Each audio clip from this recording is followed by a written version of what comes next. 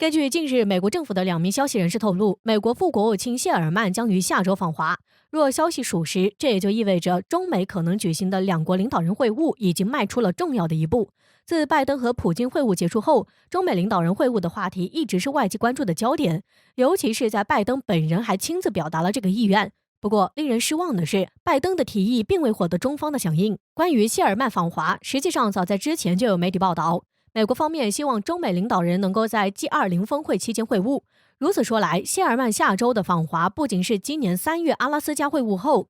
中美高级外交官的首次面对面接触，也很可能是在为中美领导人会晤打前站。值得一提，谢尔曼这次访华将会在天津会见中国外交副部长谢锋，双方见面讨论的一个主要议题就是美国国务卿布林肯以及中国外交部长王毅之间的会晤。很明显，美国这是在一步步推进。如果谢尔曼此次访华顺利，那么接下来王毅就很有可能会跟布林肯见面，而在双边会面后，下一次或许就是中美领导人之间的会面了。由此可见，美国方面至今没有放弃要跟中国领导人见面的计划。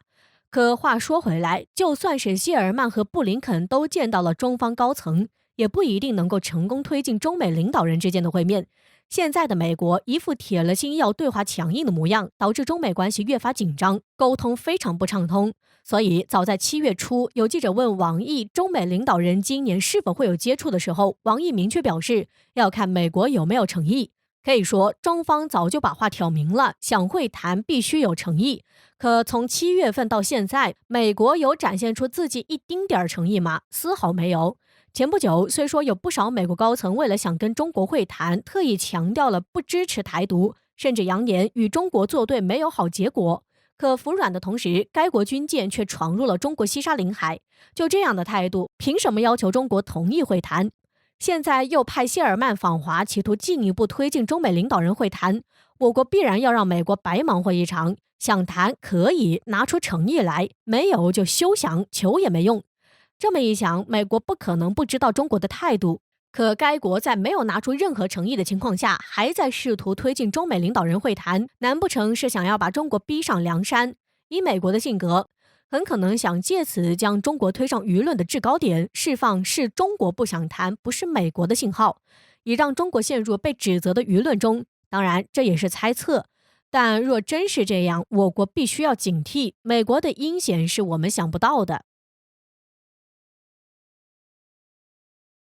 中国情报船出现在沪深军刀21联合演习海域附近后，这个演习就在国内引起了极大的关注。而最近，这个演习再次透露出一个细节非常扎眼，那就是美国在澳大利亚进行爱国者3导弹的试射。需要注意，这是美澳历史上首次试射。沪深军刀21演习作为美澳双边最大联动训练活动，平均每2年就会举行一次。一般来说，这种演习内容大多数是作战准备、空中作战、海上行动等等。就算是因为中美如今的局势所加上的2栖登陆作战，也在大家的预料之中。而如果加上试射爱国者3导弹的试射，就显得有点不同寻常了。因为就在这之前，美国刚刚不远万里从夏威夷和拉斯维加斯派遣了25架 F-22，赶往西太平洋参加美日联合的太平洋钢铁2021演习。把这2件事情放在一起，就能很明显的看到，如今中美之间的交锋已经越来越趋近于战争化了。而这是否也意味着中美即将面临正面对抗呢？最近美国副国务卿想要访华，结果被中国直接给拒绝了。很显然，中国如今已经不相信美国嘴上的那一套了。从美国派出隐形战机群进入西太参加军演开始，其实就已经开始向中国传递了一个强烈的信号，那就是美国必将在西太获取更大的对华军事优势，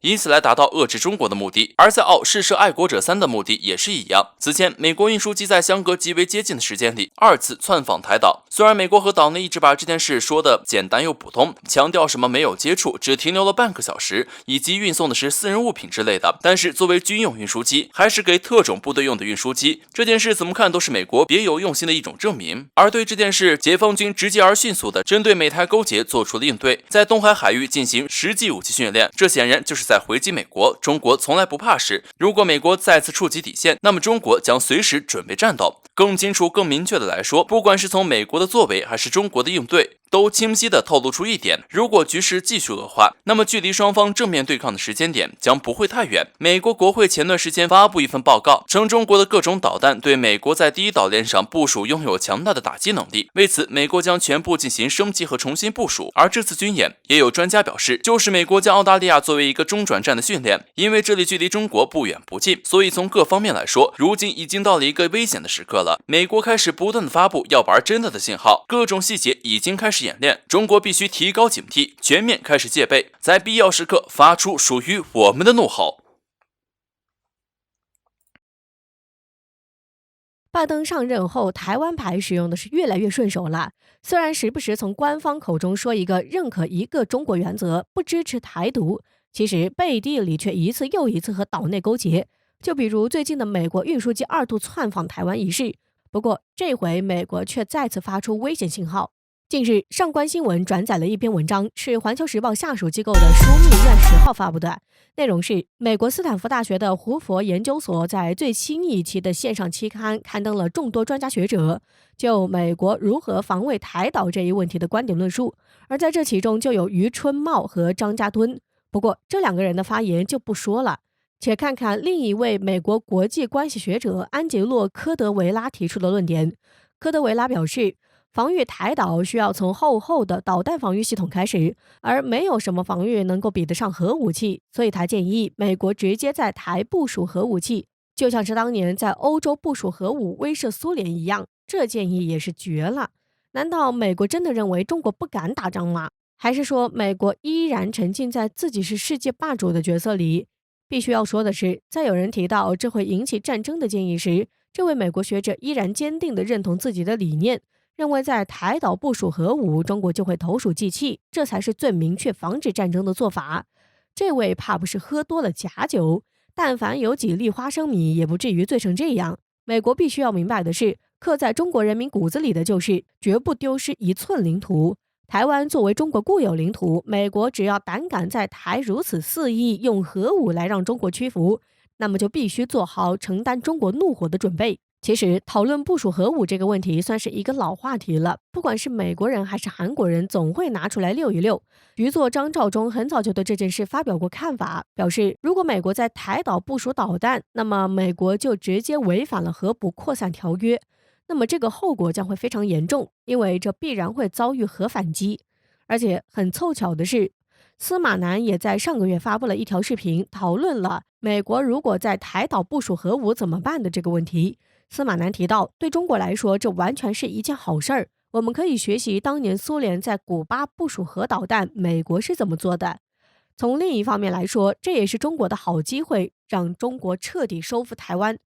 最后，这件事儿不仅是美国绝对不敢做的，台岛也不敢触及这条线，因为这是死路一条。之前岛内所谓的国防部就发布了一份报道，其中就提到过，只要台岛敢拥有核武，那么必将会直接面临武统。